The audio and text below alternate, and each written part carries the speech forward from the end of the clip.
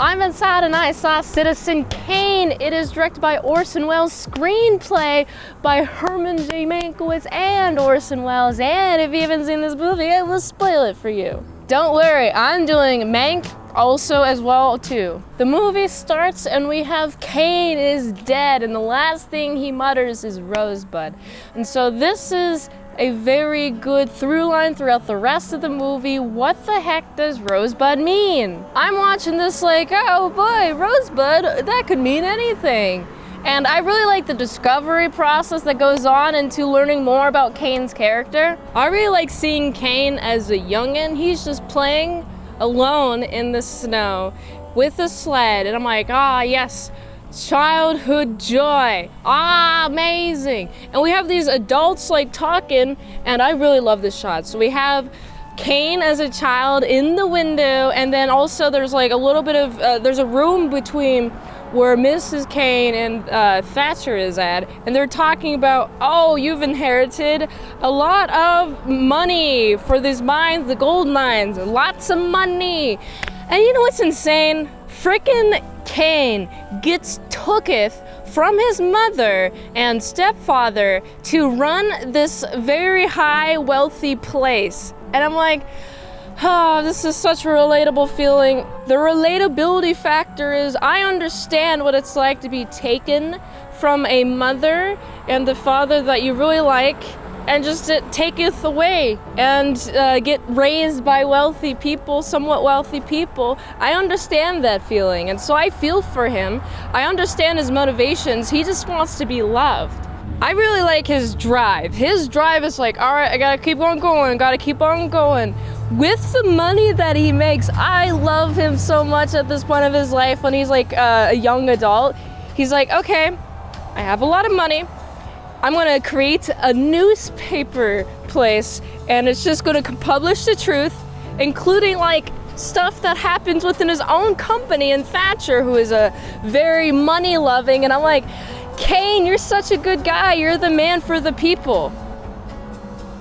Whew, that was a butterfly. Kane is so for the people that he ends up having several newspaper places. Also, he's eventually elected, and I'm like, wow, dude, good job.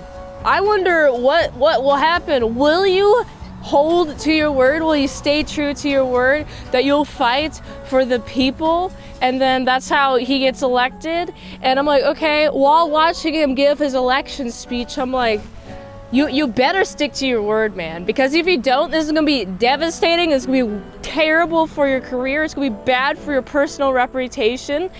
You just gotta stick to your word. And I'm like, at this point, I'm like, okay, I'm very on board to see what he does with the rest of his life. This is definitely one of those movies that I'm gonna have to watch a ton of times to give like the most comprehensive movie.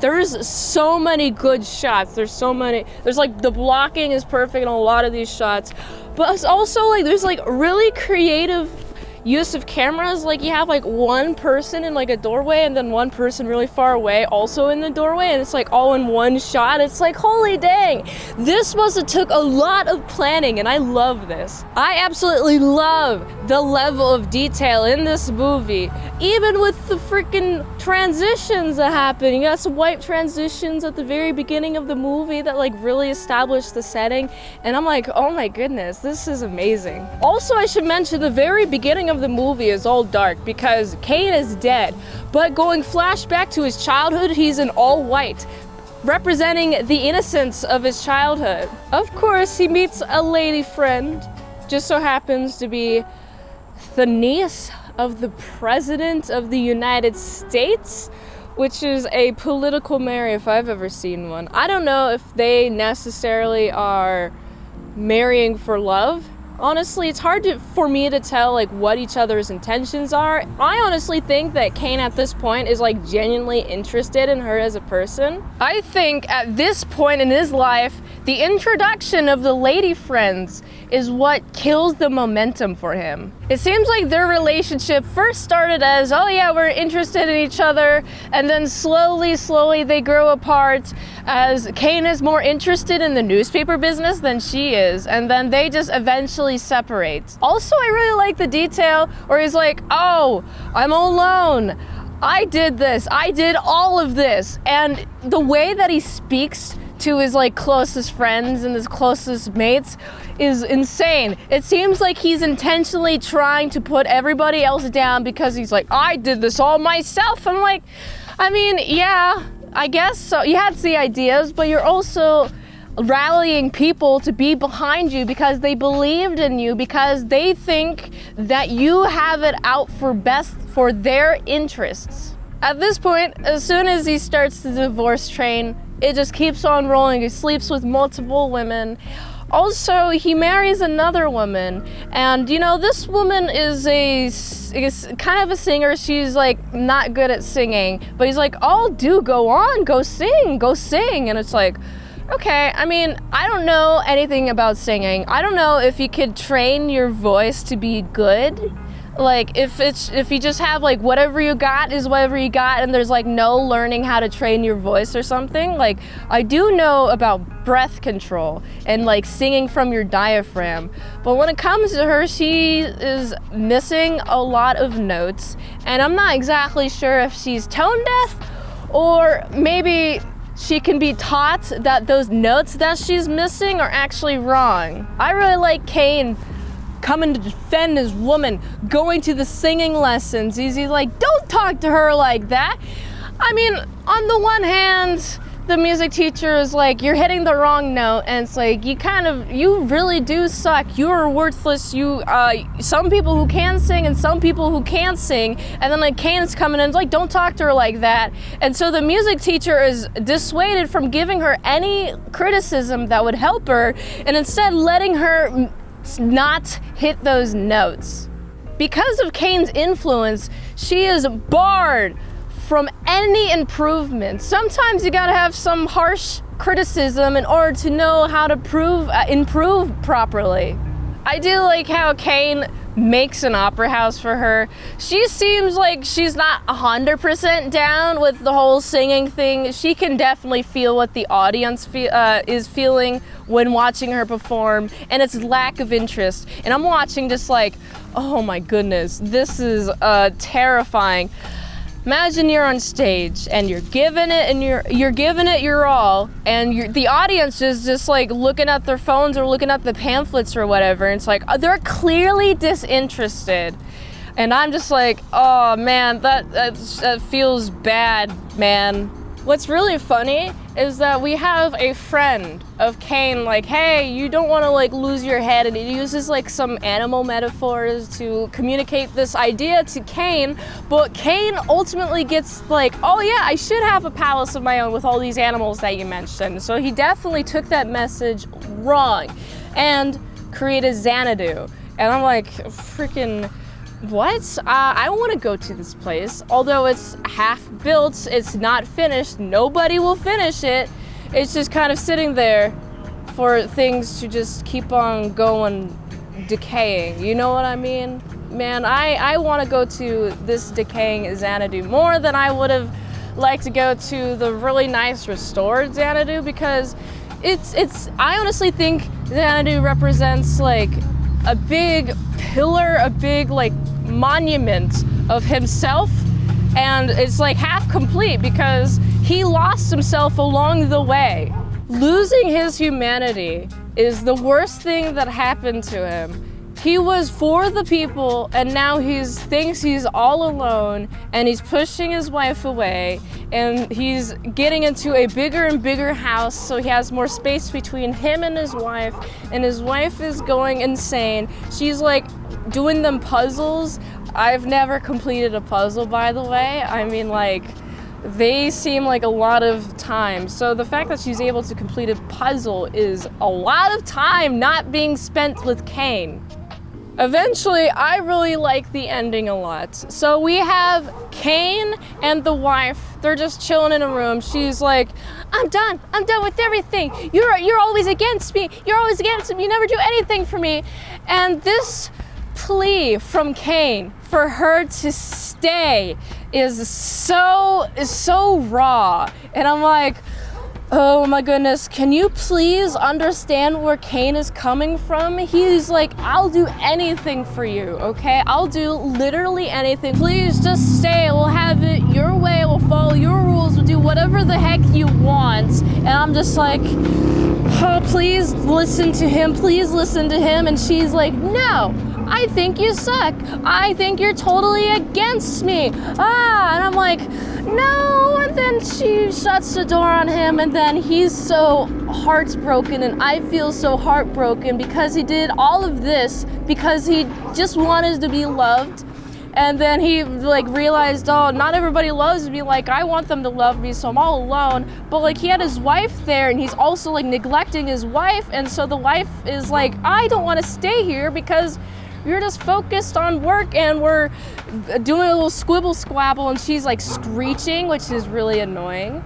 Every time that she screeched, I was like, please stop talking, I felt the pain of this so much, mainly because it's like, oh man, whenever I get in fights and disagreements, I tend to screech. And I'm like,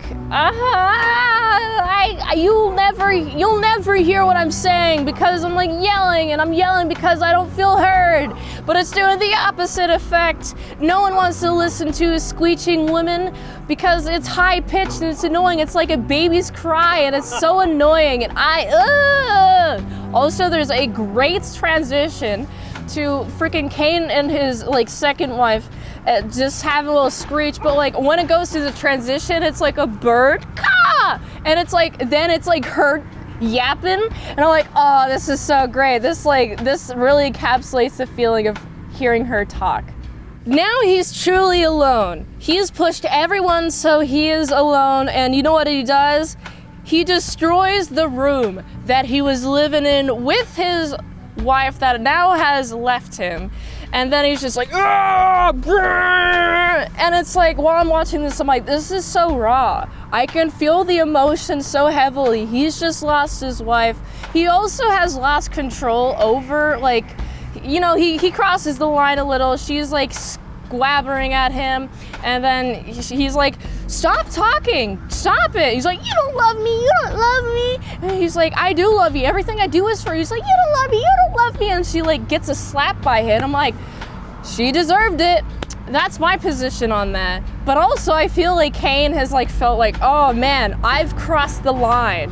I have to hunker down into myself some more because I feel guilty. That's my read on that. He picks up the snow globe, says Rosebud, and then he drops the snow globe, and that's the end of his life. And I'm like, this is such a great character story. Overall, I really like this guy's story. Oh my goodness. Also, I thought that the way to push the story was really clever, trying to complete the details of this Kane. After he dies, we have this newsreel, people trying to get more information from various people that he's talked to over his life, including the wife, the ex-wife, his last wife. I'm like, okay, so she wasn't initially open to talk, but by the end of the movie, she's like really open to talk. She's like, yeah, I understand. Yeah, here you go. Here's all this information. I hope this goes to good use. And I'm like, this is so sad. This is so heartbreaking, but I do know what Rosebud means. It was on his sled when he was a child, when he got tooketh from his mother, his real mother, and got put into the wealth. And I'm like, yeah, this is, wow, he just longed for his childhood. This is a man who could have gotten anything he wanted, and he was always trying to fill a void, and he never was able to fill that void. It's like a missing puzzle piece. If you haven't seen this movie, I heavily recommend that you watch it. Oh man, the lighting in this is so artistic, plus like the blocking. With the lighting combination, there's like a lot of good shots where we have like some high contrast background, and like somebody in the foreground is like very black, and so it makes them pop out in frame. Also, like having like a light light directing the eye is so clever. Like, we'll have somebody like on the left side of the picture and they're like super bright, and then like somebody in black is like moving up, but we don't notice them because they're wearing all black, because our eyes are directed at the light, and it's like, oh my goodness, the use of light is so masterful in this movie. If you haven't seen this movie, go watch it. It's definitely lives up to the hype. I think this is a perfect movie, so I gotta give this movie a 10.000 out of 10. If you like this review, watch another one. YouTube really likes that. If you'd like to request a movie review, you can do that for $20 Duinos at patreon.com/ASEPresents. And if you'd like to help support the daily grindiness of all them daily movie reviews, go to this link tree to find the way you can help support the daily grindiness of all them daily movie reviews. So go here, and until next time, I'm salad sauce. I'll see you later, my sour croutons, bacon bits.